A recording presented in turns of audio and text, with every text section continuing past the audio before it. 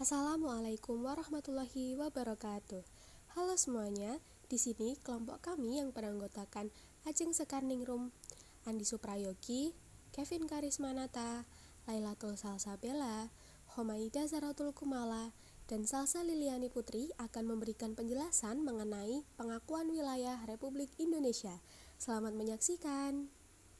Sidang kedua PPKI yang berlangsung pada 19 Agustus 1945 membahas penyusunan pemerintah pusat dan daerah.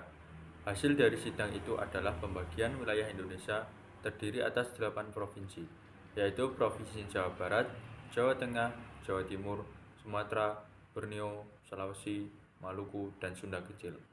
Untuk mendapatkan pengakuan de facto dan de jure, Indonesia harus melalui banyak hal yang harus dilalui sampai menjadi negara kesatuan yang utuh yang memiliki 34 provinsi seperti saat ini.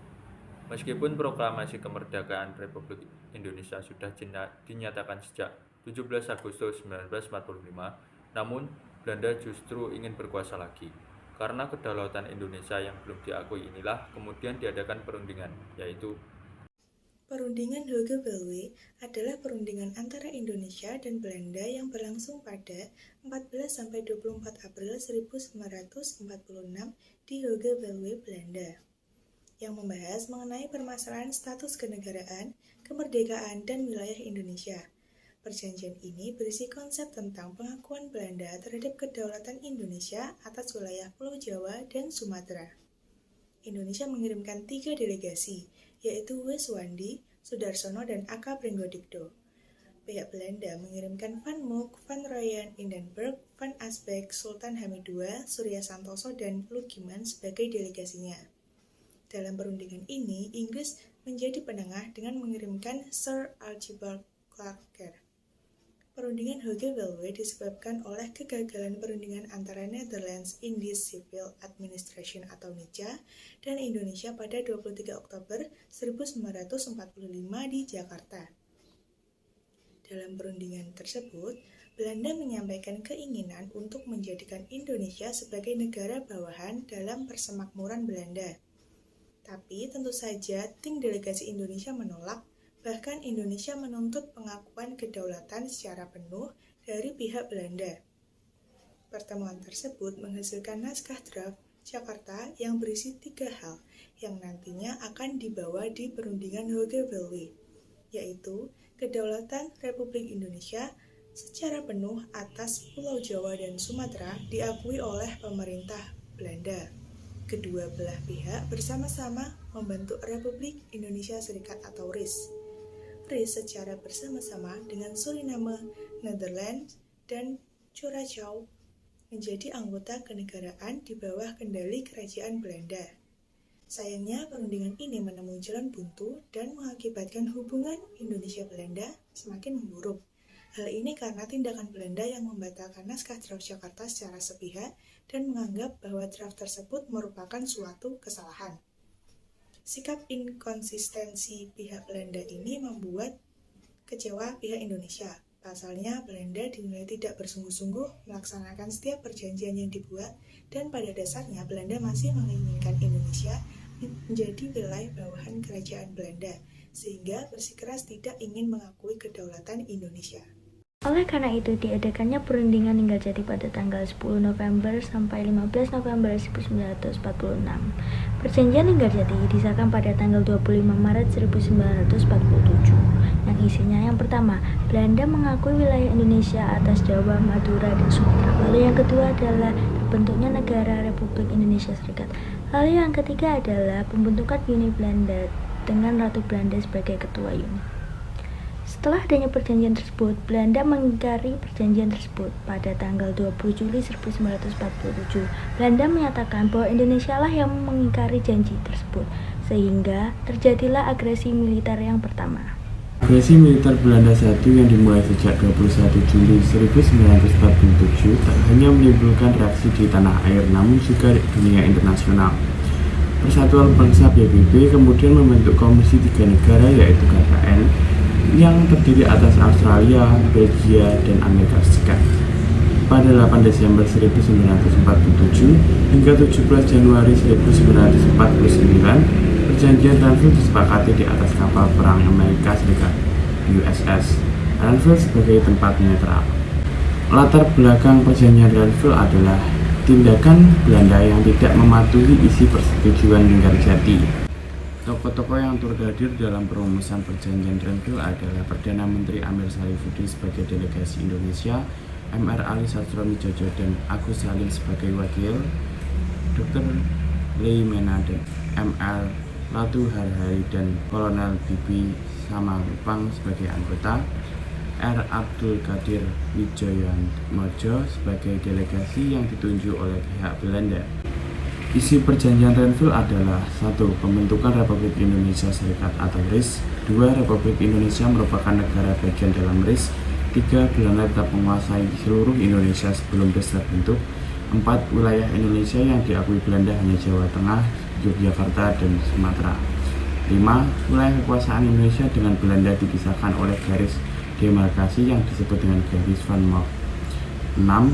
Tentara Indonesia ditarik mundur dari daerah-daerah kekuasaan Belanda, yaitu Jawa Barat dan Jawa Timur. 7. Akan dibentuk Uni Indonesia dari Belanda dengan Kepala Raja Belanda. 8. Akan diadakan pemungutan suara untuk menentukan nasib wilayah dalam RIS. Akibat perjanjian Renville, ada wilayah Indonesia menjadi semakin sempit dan sangat merugikan. Para tentara di Jawa Barat harus berpindah ke Jawa Tengah yang dikenal dengan peristiwa Long March Siliwangi. Bahkan ibu kota negara juga harus berpindah dari Jakarta karena tidak lagi menjadi wilayah kekuasaan Indonesia. Peristiwa agresi militer 2 ini membuat dibentuknya Pemerintahan Darurat Republik Indonesia atau PDRI di Bukit Tinggi, Sumatera Barat di bawah komando Syafruddin Prawira Negara. Berawal pada bulan Januari tahun 1949 saat terdapat desakan dari Dewan Keamanan PBB membuat Belanda akhirnya melakukan pendekatan politis terhadap Indonesia. Setelah melalui berbagai perundingan informal, maka kedua belah pihak sepakat untuk melakukan perundingan pada tanggal 14 April 1949. Perundingan ini merupakan prakarsa dari UNCI atau United Nations Commissions for Indonesia. Namun sayangnya, karena perundingan berjalan sengit dan sempat terhenti, maka pada tanggal 25 April tahun 1949, Muhammad Hatta melakukan perundingan informal dengan Ketua Delegasi Belanda, Dr. Van Rooyen. Kedua belah pihak pun sepakat dan perjanjian ini ditandatangani pada tanggal 7 Mei tahun 1949 di Hotel Des Indes, Jakarta. Delegasi Indonesia diketuai oleh Muhammad Rum dengan anggota Supomo, Ali Sastromijojo, Johannes Lei Mena, Aka Pringgodigdo, dan Johannes Latu Harhari.